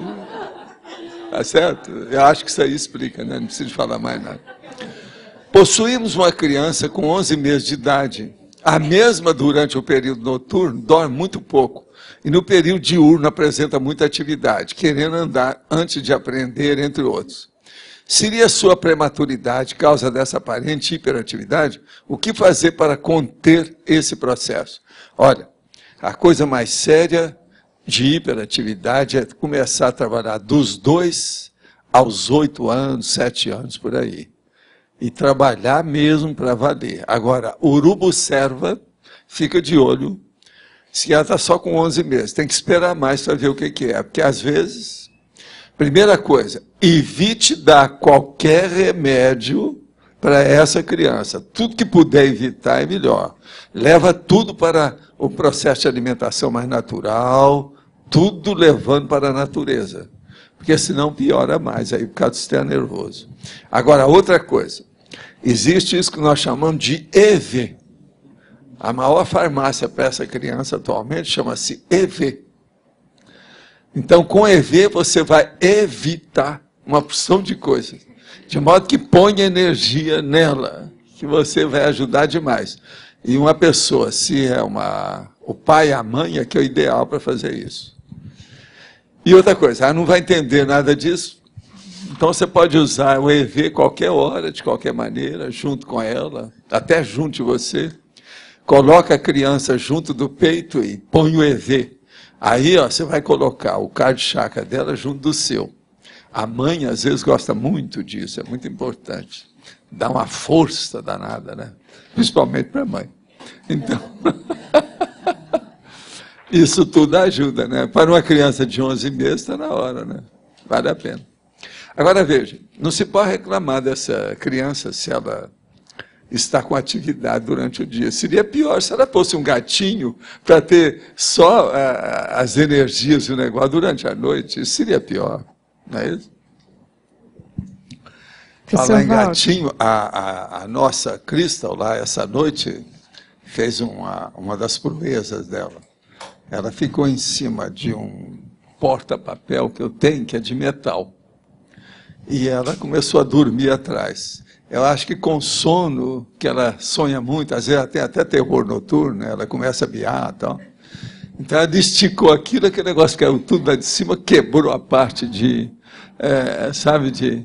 plástico que havia, e aquele barulho que parecia que a casa caiu. Agora você adiou o tamanho do olho dela. Aí foi preciso eu pegar, conversar, não tem nada, eu estou tomando conta. Foi eu que derrubei aí o negócio, não foi nem você. Aí tudo voltou. Aí vem aquele homem que passa com o farol, tudo como dantes no farol de Abrantes, tal, e vai. Mas agora eu levei também um susto danado, porque o negócio caiu, quebrou tudo, fez um barulho terrível. Agora, eu já tinha visto, eu e o Everton, mas eu não tirei, porque nós vamos fazer um móvel em torno do computador. Então, enquanto não tem, eu preciso de ver, eu preciso de ter uma opção de cor para fazer os vermelhos, que é mais fácil, né? Mas ela agora deu na cabeça que tem que ficar lá, porque ela fica lá atrás e fica olhando para mim, porque está alto, é em cima do gabinete do computador. Então é um problema, né? Agora, depois dessa, não tem mais jeito, que até quebrou a parte plástica lá do porta-papel. Agora, você já pensou isso? 4 horas da manhã, aquele... Eu até olhei para ver se o guarda não ia aparecer, para ver se houve alguma coisa, né? É um deles, mas eu uso 3, 4, 5, entendeu? Que é para colocar cada um nos eixos. Agora, nós vamos fazer, ele já tem lá um plano, para fazer um móvel especial para colocar no computador. Uma coisa nova, mas que você põe tudo ali, fica mais fácil. Aí a gatinha não vai poder subir nisso, não tem ambiente. Ela quer ficar de tal maneira que possa olhar o que eu estou fazendo. Vai ver qualquer coisa, ela está ali. Mas agora, lá pela Santa, ela dorme. Quando dorme, você sabe, o gato vai ir, né? E eles têm a tendência de colocar a cabeça mais para baixo do que o corpo. Não, aí não dá, né? Isso aí, não vai querer ficar. Você vai pôr longe, não vai.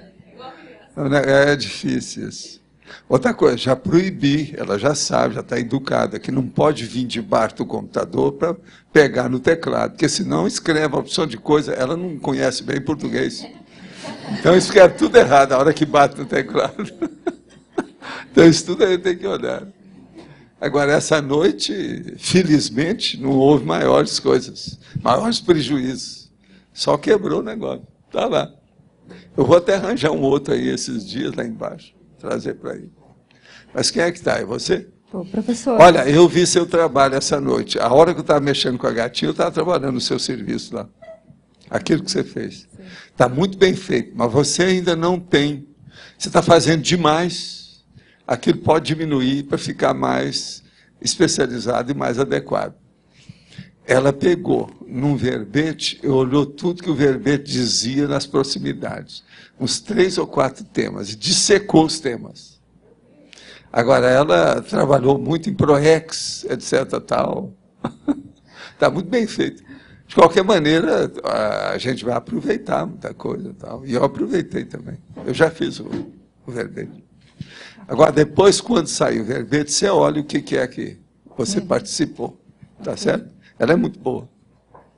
Professor, na página 42, no item 54, o senhor coloca voluntariado. Eu queria que o senhor aprofundasse um pouco mais como é que isso se dá nas especificidades.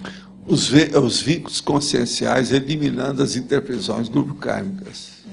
O que é que você quer? Eu queria saber mais nas especificidades, como é que isso acontece? Do voluntariado? No processo da interprisão, como é que se desfaz isso? Não, o problema todo é o seguinte, a interprisão exige que a pessoa fique perto da outra, não tem jeito dela se distanciar. Então, é uma algema, a pessoa está algemada à outra. É um grilhão, a pessoa está agrilhoada à outra pessoa. Então, veja, as especificidades são por aquilo das tendências de cada um. Aquela pessoa que tem uma tendência na determinada linha, ela faz o attachment com a outra pessoa. Agora, tudo na vida é um processo de tendência e, vamos dizer, a igualdade ou similaridade das reações, principalmente instintivas das pessoas. Se ela tem uma reação nessa tendência, ela vai arranjar um monte de gente que está do mesmo jeito que ela. É assim que se criam os grupos. O grupo evolutivo é baseado nisso. Agora, a interprisão é quando tem uma tendência que não é rígida, que não é sadia, que ela é patológica. Então, olha bem o que você quer e a turma que está trabalhando. Examina lá, você trabalha na Apex, né? Na OIC. Na OIC? Uhum. Então, na OIC você tem um monte, põe pouco, tá? Tem muita coisa lá para ver, né? Porque aí é o problema de toda a patologia, né? Sim. É muito grande. Então, não é fácil. Ok, de acordo com as aproximações, esses atastos que o senhor comentou, é para você identificar onde que pode estar os links que precisam ser trabalhados? Na questão da OIC, é igual assim o problema da TENEPS. Não adianta você procurar isso, não. Porque as pessoas aparecem de acordo com as necessidades dela, e não para atender a sua tendência ou a sua afinidade.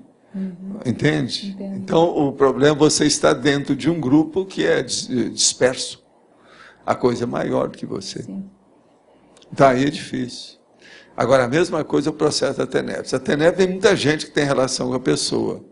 Mas, às vezes, por exemplo, pode ser uma série de infantes extrafísicos. Outra hora, uma série de gente perturbada.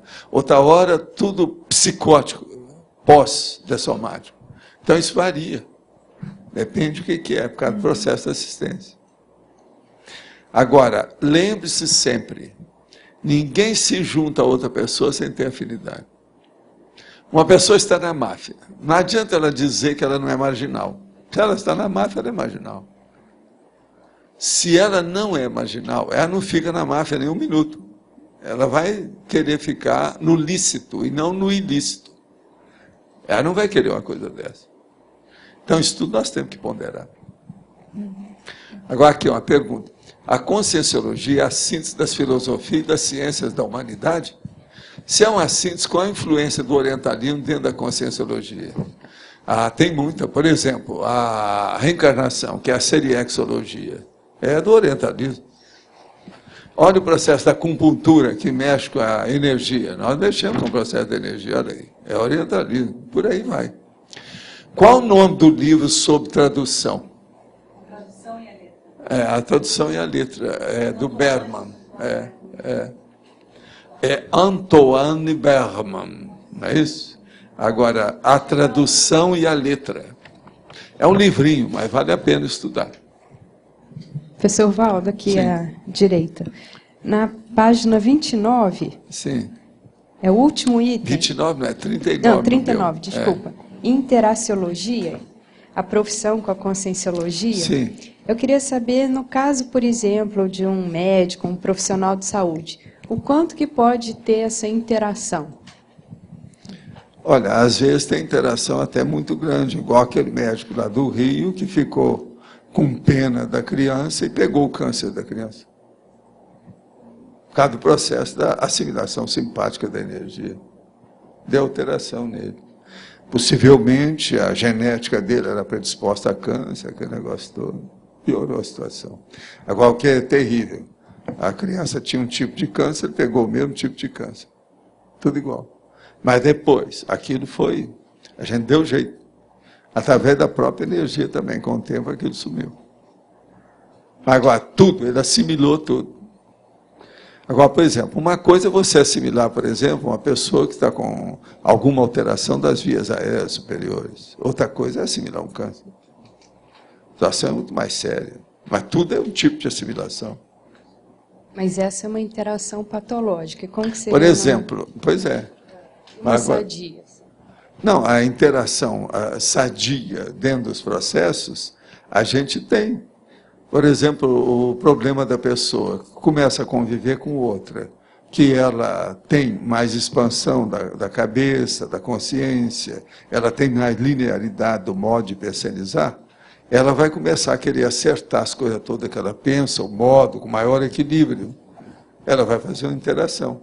Lembre-se do caso do barbeiro da minha infância, com o rapaz que era meu colega do curso primário, que ficou igual, aquilo é interação. Agora veja, o rapaz entendeu e ficou um barbeiro melhor do que o filho do barbeiro. Você está entendendo? Que era muito mais velho do que ele. Então, veja, isso é interação. Ele aprendeu tecnicamente a situação. Isso aí é a orientação que se tem do artesanato. Aquele negócio de passar de pai para filho, de geração para geração, aquele cara.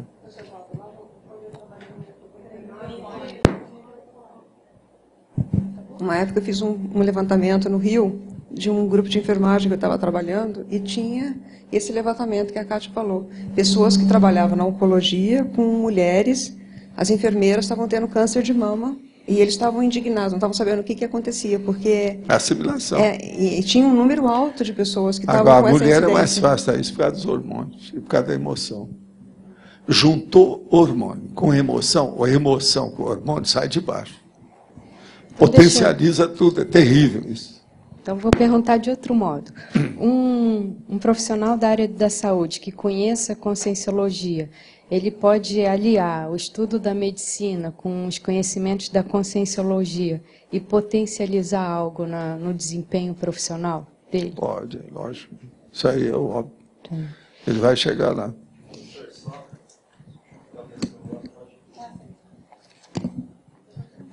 Dentro do atendimento, por exemplo, a gente vai fazer o atendimento lá da pessoa e você sente aquela situação dela. Isso facilita no diagnóstico, né?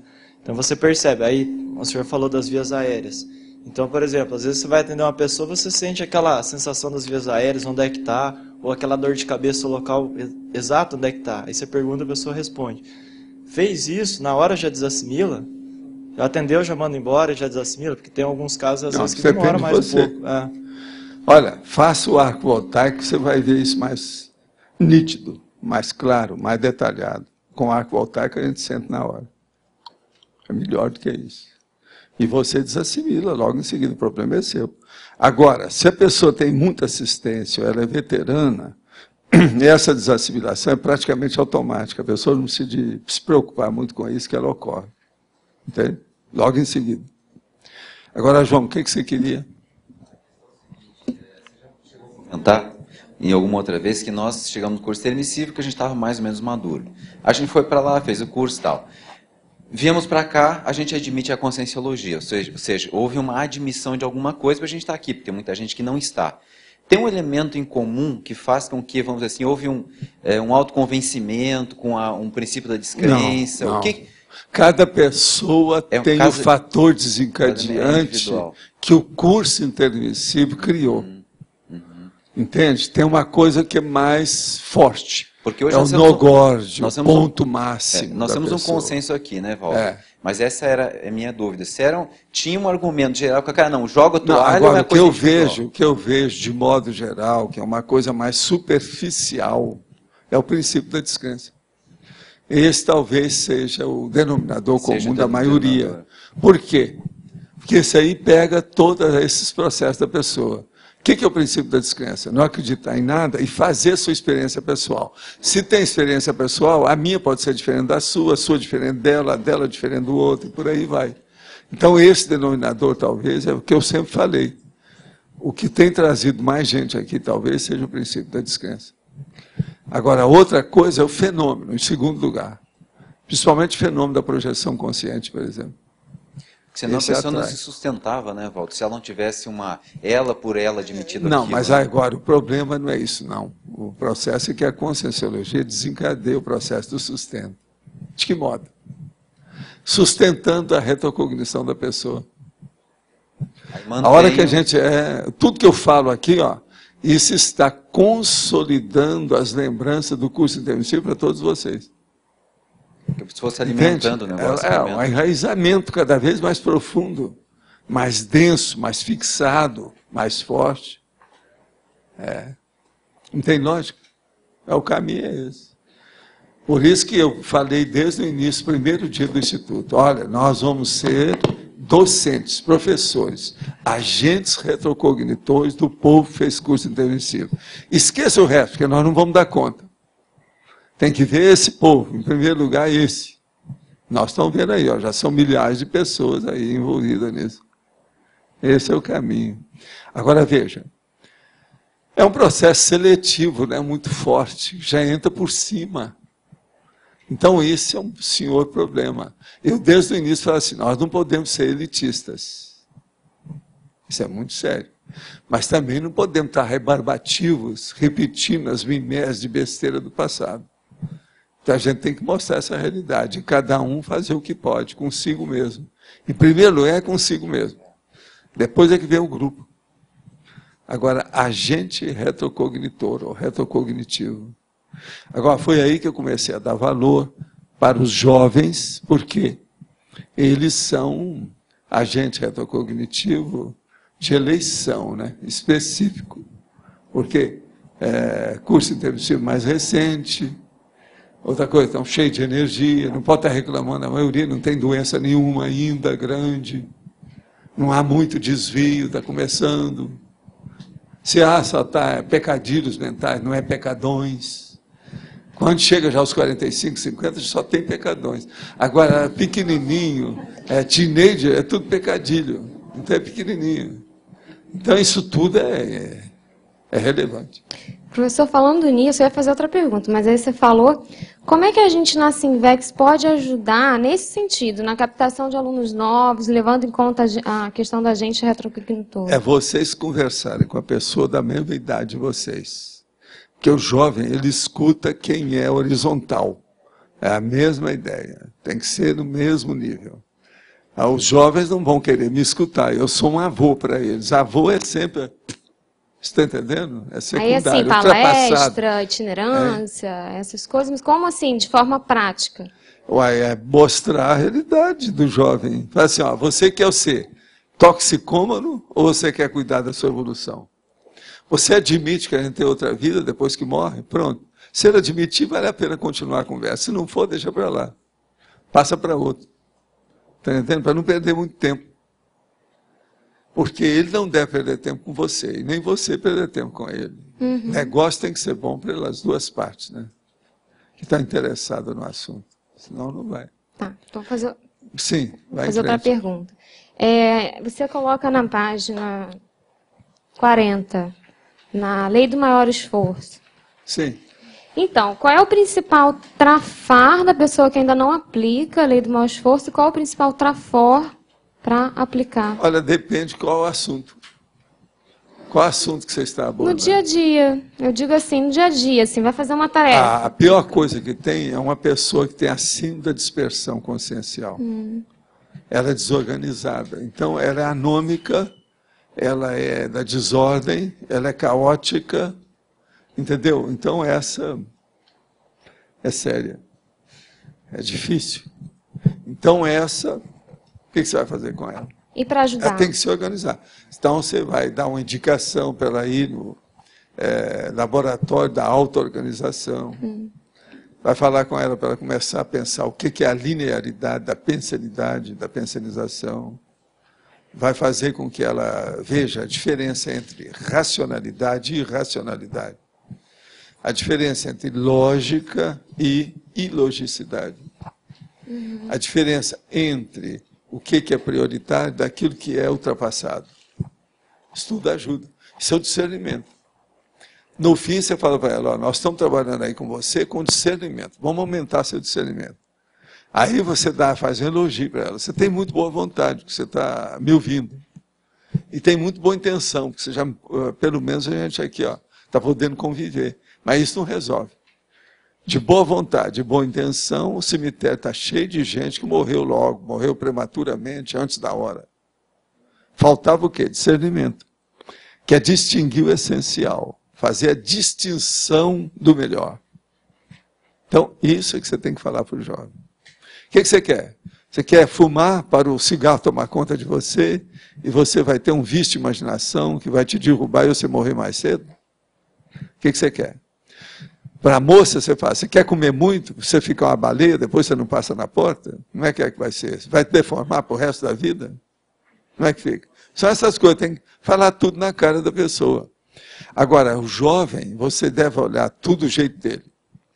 Então, você olha, existe aquele jovem que é super excitado. Então você fala assim, faz assim, aí ele vai fazer, tá assim com a mão. Fala assim, você é um bicho. Joga isso na cara do jovem, na mesma idade, que você vai mexer com ele. Você está entendendo? Espicaçar. Você vai desafiar. Isso aí ajuda. O jovem é muito bom de conversar, mas a pessoa tem que saber escolher qual jovem. Entende? Porque senão, não dá, né? Sabendo escolher, você vai direto dos finalmente, aonde dói. Quase sempre dá resultado.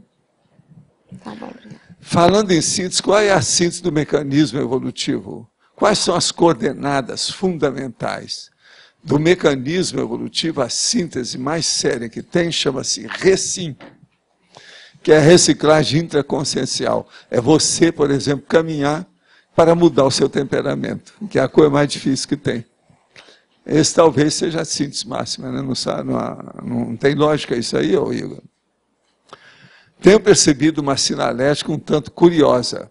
Ontem, num grupo de conhecidos, recebi algumas espetadas. Percebi que era uma pura tentativa de diminuir para que a pessoa se destacasse.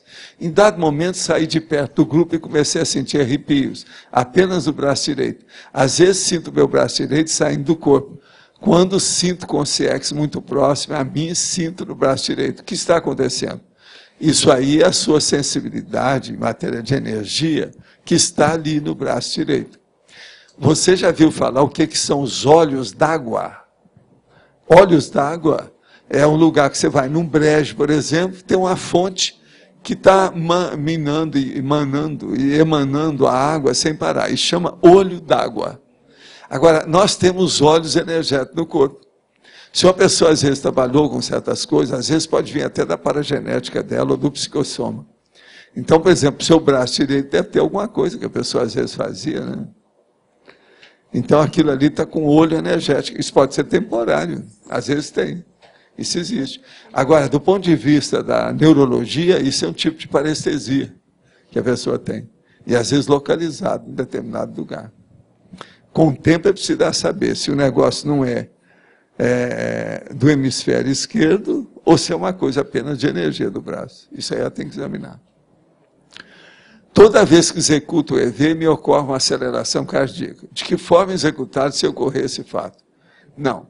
Se acontece isso, deve ser porque às vezes está faltando exercício físico para você. Você faz exercício físico sempre? É uma pergunta que tem que ser feita aí. Se a pessoa não faz, se ela tem uma vida sedentária, para ter aceleração cardíaca, é a pessoa que tem uma vida sedentária, que está na inatividade. Ela sai da inércia através do disparo do coração. Isso é muito mais comum do que a gente pensa. Então, a primeira coisa mais séria aí é ver se a pessoa é inativa. E não vem dizer que você anda de um lado para o outro, anda dentro do escritório, que isso não é exercício, tá certo?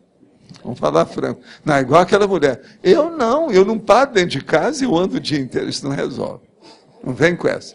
Ou senão tem aquela outra, não, Valdo, mas toda semana eu saio 3 vezes para ver as vitrines. Ela acha que ela está fazendo exercício. É com um salto alto.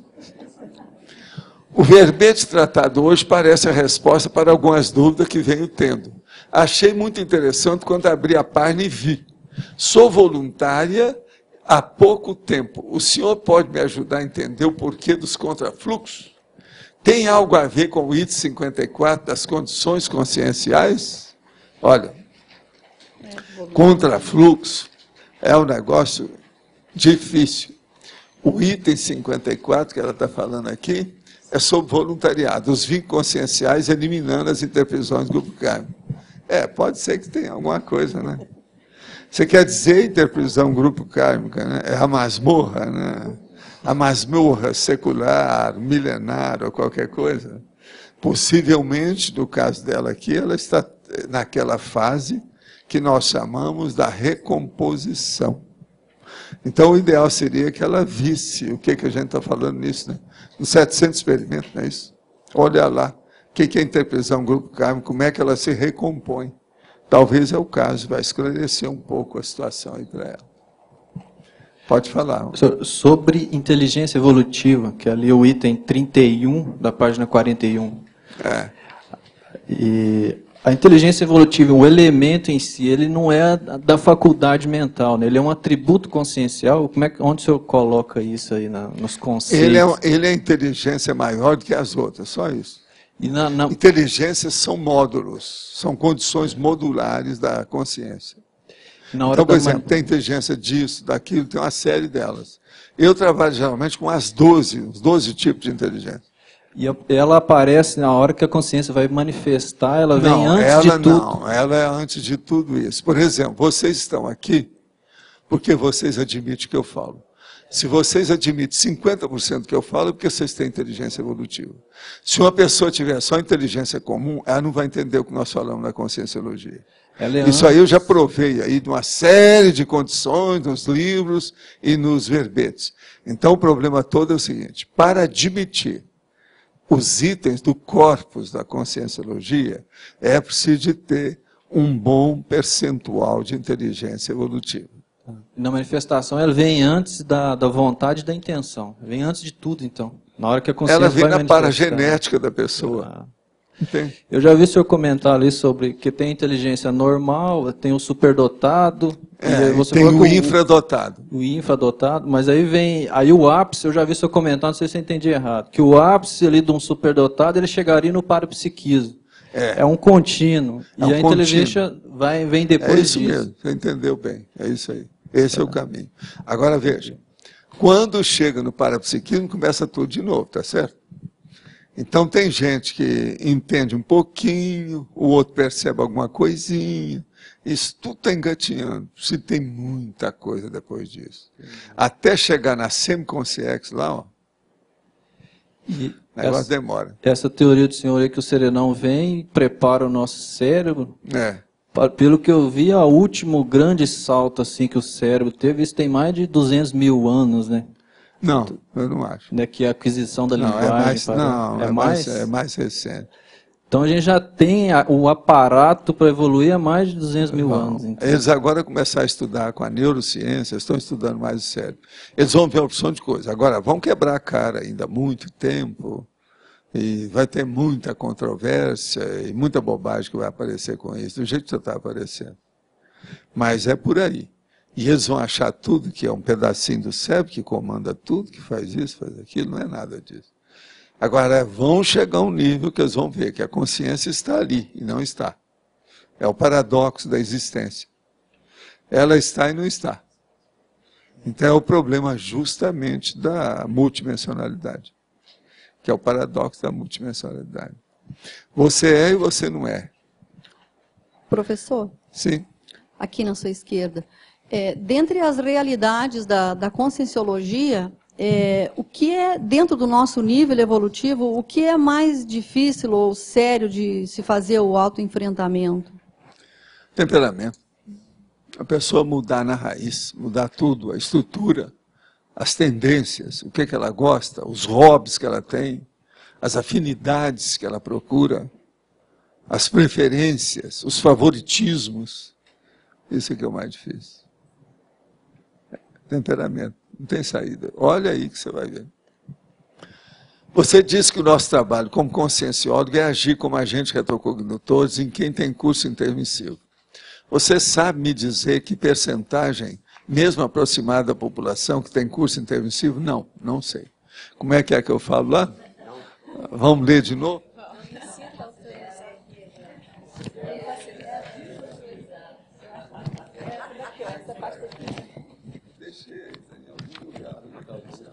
Não está vendo a pasta, não?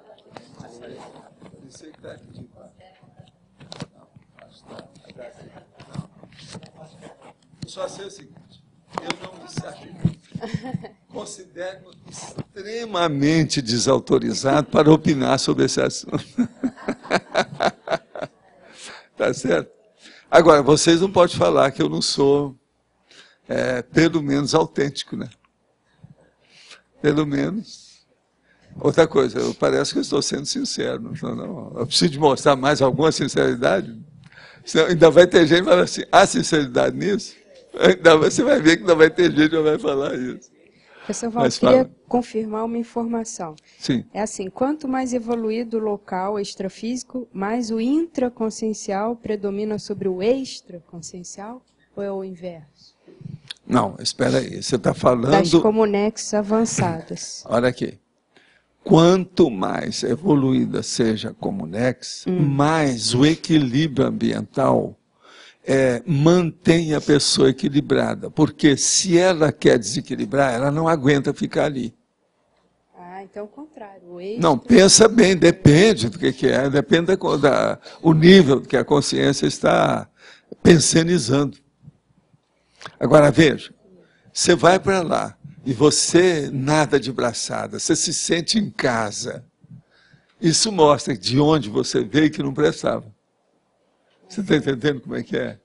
Agora, veja, muita gente que tem a síndrome do estrangeiro é por causa disso. Que às vezes estava lá no Pombal, numa situação mais ou menos de equilíbrio muito grande, e ela chega, fica numa casa de orates, um pandemônio dentro da família, aquele negócio todo, ela fala assim, eu não sou desse povo, eu não quero isso aqui. Agora, às vezes a criança já tem isso. O adolescente, ele vivencia isso de uma maneira trágica, né? E é por isso que a moça às vezes começa a comer, para fugir ela começa a comer sem parar, isso é fuga. O rapaz começa a fumar, o outro arranja tóxico, isso tudo é fuga. Agora, então, veja, há muitas pessoas que às vezes estavam no lugar melhor lá do que aqui. Mas essas são exceções, mas existem. A maioria não estava em boa situação, porque já vem para cá, já pega uma situação mais ou menos adequada. Mas tem muita gente que já vem que é para ajudar. Esses que vêm para ajudar, às vezes, não se sentem tão bem. Agora, é aí que entra mais o processo de reflexão, de recolhimento íntimo, para a pessoa melhorar a higiene consciencial. A coisa aparece, né? Sim, o microfone. Professor, na exemplologia, o senhor colocou lá a síntese da conscienciologia avançada. Aí está a conquista pessoal da condição de desassedialidade permanente total, desperticidade, né? Por que não a síntese da conscienciologia avançada não seria um grau mais acima dentro da escala evolutiva da consciência? Você está falando a síntese da estrutura disciplinar da conscienciologia? Isso. Na exemplologia, isso, na página 40, que ele falou. Na página 40, exemplologia. Sim. Aí avançada, a conquista pessoal da condição de desassedialidade permanente total. O que você quer? Isso é desperticidade. Sim. Aí, por que não colocar teleguiado ou colocar o... Por que não? Isso aí é depois.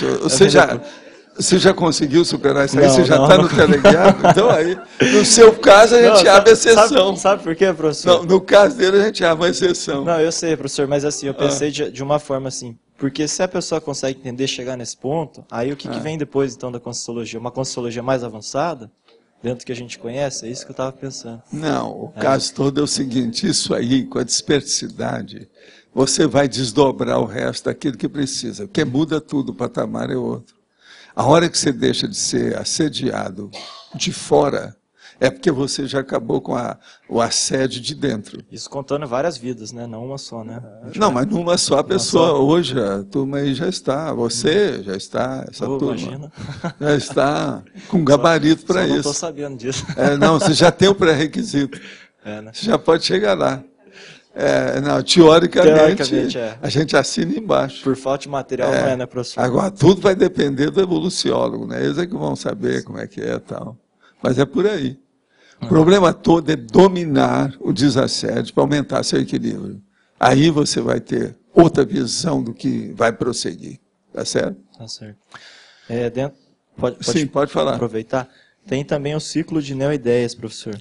Esse ciclo, na página 39, na ciclologia. Sim. Aí tem o ciclo das neoideias conscienciológicas. Tem. Não sei se perguntaram aí, mas esse ciclo, assim, ele chega numa frequência, que nem o senhor. Não, por exemplo, tem qual o essa ciclo? Não, né? aqui, umas coisas muito fáceis. Já que nós estamos falando aí em matéria de desperto, vamos pensar por aí. Por exemplo, EV, arco voltaico, TENEPS, OFIEX. Dispersidade. Vou repetir tudo. Presta atenção. EV, arco voltaico, TENEPS, OFIEX, dispersidade. São 5 condições. Tudo que você está mexendo com energia, observando ou objetivando a interassistencialidade. Isso já te ajuda. São 5. Só para te dar uma ideia. Isso tem muito mais, né? Junto com isso. Por exemplo, eu não estou falando de acoplamento áurico ou energético, clarividência, uma série de condições. Agora, aqui outras perguntas. Qual o nível de preparo, estudo e vivência das ciências, projeciologia e conscienciologia, e de superações que você considera a condição mínima para que um candidato à docência inicie seu primeiro CIP? Não, eu acho o seguinte, a pessoa tem que ir lá, se ela quer ser professora, e se submeter aos cursos que tem e às condições que tem lá no Instituto. Que eles lá já vão dar, é uma espécie de vestibular, é um exame de admissão. Eles vão fazer com a pessoa e mostram. Você não precisa se preocupar com isso. Você tem que preocupar em saber o que é que eles vão dar nos cursos. Entender o que eles vão discutir com você. Iniciei um hábito de, ao assistir a tertúlia online, exteriorizar e absorver energias. Pois aproveita a otimização desse ambiente ali. Nesses dias começou um chiado juntamente com sintomas de surdez no ouvido direito. O que o senhor tem a me dizer disso? E como agora volto ao normal? Somente com EV? Não, é preciso ver primeiro se tem alguma coisa no seu ouvido que não tem nada a ver com a tertúlia. Sabe, né? Olha a sua idade, olha a temperatura do ambiente, olha se houve queda de temperatura, que isso aí às vezes influi demais, né? Temos que observar isso. Me conta, os livros já chegaram? Aqui, ó, o livro que eu estou falando, a tradução é isso aqui, tá certo? Ó, é isso. Já chegou, então, vocês podem usar aí. Usar e abusar. Agora, você vai viajar, né? Uma das pessoas que eu quero que leve esse livro é você. Leva lá para você ler. Dá um para ela aí, já. Ela é uma das 3. A outra é a Adriana, que eu quero dar. A Adriana Lopes, quando ela chegar. São. Você tem mais 2 aí? Ah, sei. Sei, não, mas a leitura não tem nada a ver com isso. Isso é outra coisa. Não, depois você me dá mais 2 e depois você anota lá para nós. Agora, gente, eu quero dizer que no domingo é a antagonismologia sadia. E hoje nós temos aqui 15 verbetes para vocês selecionarem. Eu atendi 23 perguntas aqui, tá certo? Dentro da situação.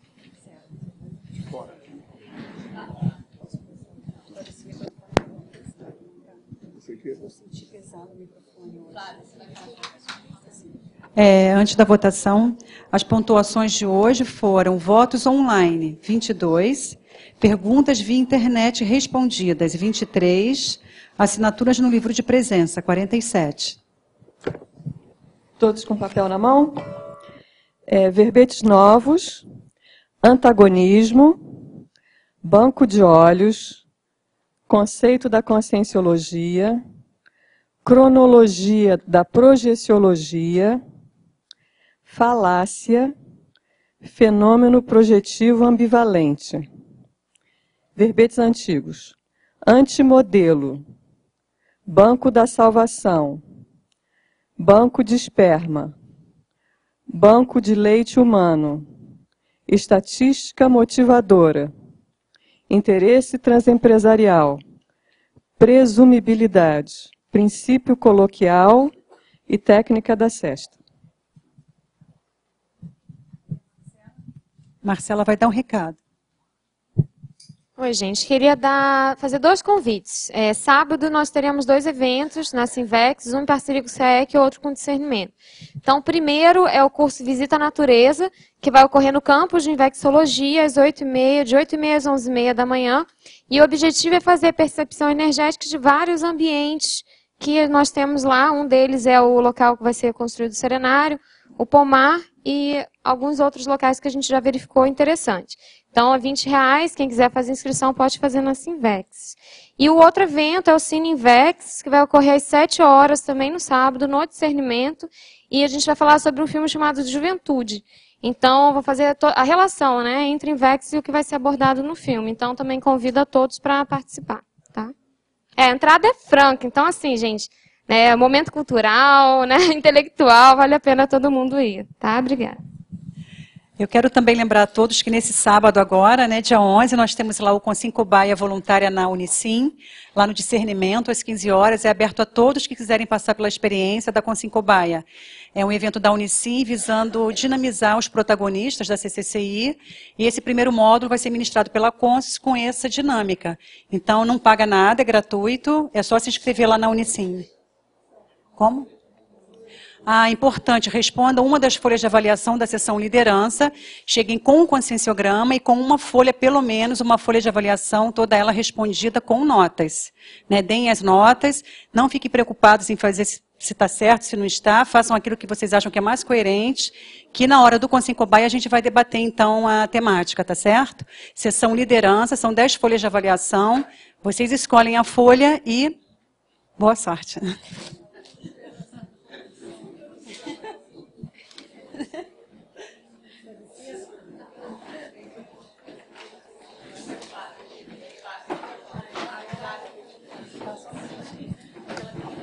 Ganhou o verbete falácia com 11 votos.